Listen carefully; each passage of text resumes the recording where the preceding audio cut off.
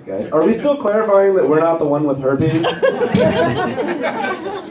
I'm not, just to be clear. I don't think I worded that right. I don't have herpes. So it's election season, and there's a lot riding on this election because we still haven't picked a Supreme Court justice. And that makes me more nervous about Trump winning because he might pick the next one. And I'm just not ready for Judge Judy to be our next Supreme Court justice.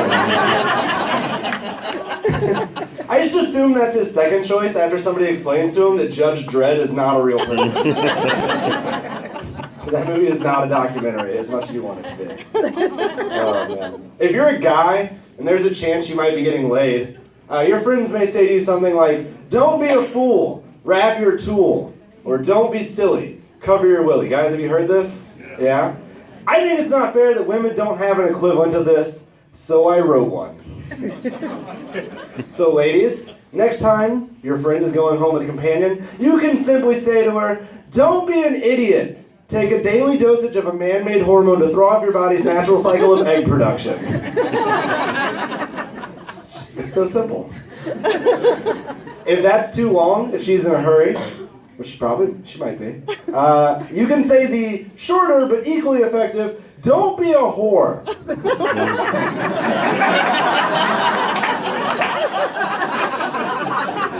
It's really your choice. They both work.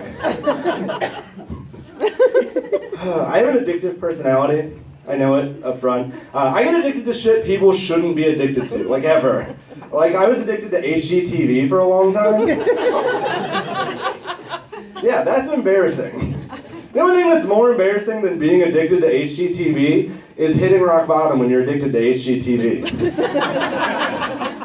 Since you don't know what that looks like because there's never been a recorded case, I'll paint a picture for you. Or rather, I'll paint an accent wall for you. I was sitting on my couch, alone, watching HGTV, because that's how you do that.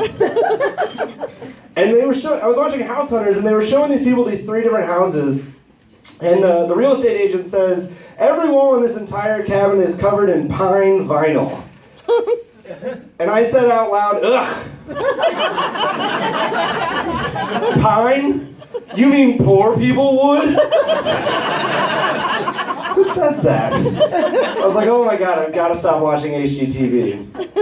After I finish this episode, because I got to know if they bought the pine vinyl. Because if they bought the pine vinyl, I'm going to freak out. Just a little bit. Oh man. It's an Olympic year, which I'm excited about. You guys like the Olympics? Is anybody else excited? Yeah. I'm so pumped for the Olympics. I like that everybody in the entire world just comes together to support their countrymen in sports that they didn't give a shit about for the last 4 years. Like, who gives a shit about gymnastics like any other time? Oh. I have a couple of gymnastics fans here. Sorry to break it to you. Yeah, you don't care. You haven't watched it in 4 years. And the best part is the announcers know that you haven't watched it in 4 years. So they explain everything as they go. Like I was watching gymnastics last time around, and the announcers would say things like, "Notice how she didn't keep her leg straight on that round-off back handspring." And I'm like, yeah! She didn't keep her leg straight on that round-off back handspring! I saw that. I get gymnastics now. Back on board with it. 5.5 hours later, I'm still watching gymnastics. My roommates come home and they're like, "Ryan, what the fuck are you doing on the couch? In a leotard." What am I doing? Apparently I'm watching this bitch try to win gold. With form like that on a half pirouette flyaway overshoot combo? Likely chance. Have fun watching the next Olympics from your couch, where you'll be too old to compete. Oh, no. You guys were with me when I called her a bitch. You have to stay with me when I ruin her dreams. That's the rules. You gotta stay with me the whole way. That's how it works. I think it's weird how we celebrate Cinco de Mayo in this country. It's strange. Like, we just use it as an excuse to get drunk and yell things in Spanish. You just go to a bar, you're like, "Yo quiero cervezas," or "Dos margaritas, por favor." Could you imagine if people in Mexico did the same thing? Like, if you were there for Thanksgiving,